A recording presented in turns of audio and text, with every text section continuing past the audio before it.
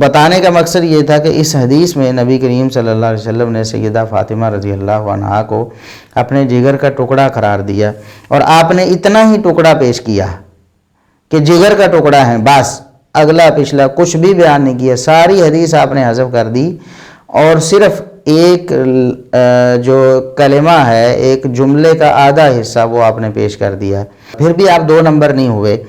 لیکن جب سیدنا معاویہ رضی اللہ عنہ کی بات تھی یا دیگر صحابہ کرام کی بات تھی تو آپ نے اسے کہا کہ یہ خیانت ہے۔ مثال کے طور پر سیدنا معاویہ رضی اللہ عنہ کا کاتب وحی ہونا ثابت ہوتا ہے۔ صحیح مسلم میں بھی حدیث ہے، دلائل النبوہ بہقی میں جو الفاظ ہیں وہ ذرا زیادہ واضح ہیں، وَكَانَ يَكْتُبُ الْوَحْيِ، آپ وحی لکھا کرتے تھے نبی کریم صلی اللہ علیہ وسلم کے پاس۔ تو اتنے الفاظ جب کوٹ کیے گئے تو آپ نے کہا کہ یہ یہودیوں والا طرز عمل ہے، یہ مکاری ہے، یہ دیانتداری کے خلاف ہے، اور یہ پتہ نہیں کیا کیا الفاظ آپ نے بولے، اور سمیت محدثین کرام کے بھی حافظ ذہبی رحمہ اللہ اور دیگر بڑے بڑے کبار محدثین وکانہ یکتب الوحی اتنا ہی ٹکڑا پیش کرتے تھے۔ اور شیخ زبیر رضی رحمہ اللہ جنہیں آپ حق گو عالم دین کہتے ہیں، وہ بھی اتنا ہی ٹکڑا پیش کر گئے کہ وکانہ یکتب الوحی۔ اور آپ کا جو فتویٰ تھا یہودیوں والی روش، یہودیانہ طریقہ کار ہے، اور یہ 2 نمبری ہے، اور یہ خیانت ہے، یہ سارا کا سارا جو ہے الزام تراشی جو ہے وہ دیگر محدثین اور اہل حدیث اور اہل سنت کے ساتھ ساتھ شیخ زبیر رضی رحمہ اللہ پر بھی فٹ ہو گئی۔ جس سے یہ لیتے ہیں نا کانا یکتب الوحی، کانا یکتب الوحی، آدھی با اینا ٹوٹا چک دینے اس حدیث میں تو پوری حدیث سنانا ہوں آج۔ اور یہ کام جو ہے نا مطلب ان لوگوں نے بھی کیا ہے کہ مجھے افسوس ہوتا ہے کہ انسان کو حق بات پوری امت کو بتانی چاہیے۔ یہ وہی کام کیا ہے ان لوگوں نے بھی، اللہ تعالیٰ ان کو معاف کرے۔ ایک تو فوت ہو چکے ہیں شیخ زبیر لزئی رحمہ اللہ، میرے استاد ہیں شیخ زبیر لزئی المتوفہ 1435 ہجری، انہوں نے اپنی توضیح الاحکام جلد 2 میں بس یہ لکھا کانا یکتب الوحی کہ حضرت معاویہ وحی لکھا کرتے تھے، دلائل النبوہ کا حوالہ دے دیا، 2506 نمبر حدیث۔ میں نے اس کو مکتبۃ الشاملہ میں لکھ کے ڈھونڈا، وہ نکال لیا۔ بھائی جی کمپیوٹر تے جھوٹ نہیں ماردا، مولوی تے چھپا جائے گا، کمپیوٹر تے نہیں چھپائے گا کیڑی گل پوری کی ہے۔ میں آپ کو ورڈ بائی ورڈ بتاتا ہوں، اور پھر آپ یہ فیصلہ کریں کہ یہ لوگ اس طرح کیوں کرتے ہیں، کس کو دھوکہ دینا چاہتے ہیں، کیوں اس طرح کی حرکتیں کرتے ہیں۔ اگر حق پر ہے پوری بات بتا کے اس کو جسٹیفائی کریں، پوری بات بتائیں پبلک کو، پوری اپنے گاٹے فٹ ہوندی ہے۔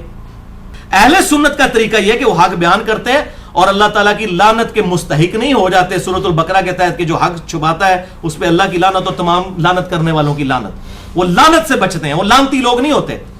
جو سنی ہوگا صحیح، وہ لعنتی نہیں ہوگا، یہ ٹنی ہے سارے۔ میں یہ کہوں ٹنی، سنا کے سنی ٹنی، اور سنی وہ ہوتا ہے جو بکش مسلمان ہو، کتاب و سنت کے مطابق اپنے عقائد رکھتا ہو۔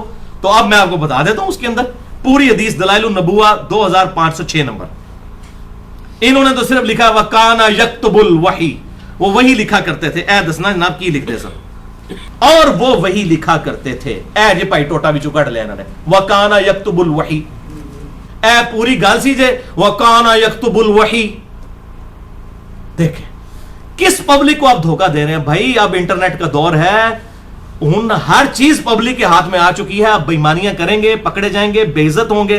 یہ پوری کی پوری ماننا ہے نا، یہ یہودیوں والا کام تو نہ کریں۔ افتؤمنون ببعض الکتاب وتکفرون ببعض، کتاب کے کچھ حصے کو مانتے ہو کچھ کو چھوڑ دیتے ہو، اسی کی تو ذلت خواری پھر کاٹ رہے ہو۔ اور آپ کا یہ جو منافقانہ طرز عمل ہے، آپ کی جو دوگلی پالیسی ہے، وہ واضح ہو کے سامنے آ گئی کہ ایک طرف پورا لیکچر ریکارڈ کروا رہے ہیں کہ شیخ زبیر رضی رحمہ اللہ حق گو عالم دین، اور بار بار اس لیکچر میں ریپیٹ کر رہے ہیں اس بات کو، شیخ زبیر رضی رحمہ اللہ حق گو عالم دین۔ شیخ زبیر رضی رحمہ اللہ ایک حق گو عالم دین، شیخ زبیر رضی رحمہ اللہ ایک حق گو عالم دین، شیخ زبیر رضی رحمہ اللہ المتوفہ 1435 ہجری بمطابق 10 نومبر 2013 ایک حق گو عالم دین۔ لیکن جب اپنے خلاف کوئی بات آ گئی تو ان کو بھی رگڑا دے دیا، ان کے طرز عمل کو بھی یہودیانہ قرار دے دیا۔ جو یہودیانہ طرز عمل وہ کیا ہے کہ حق کو چھپا لینا، اگر وہ یہودیانہ طرز عمل رکھتے تھے نعوذ باللہ تو پھر حق کو عالم دین کیسے ہوئے؟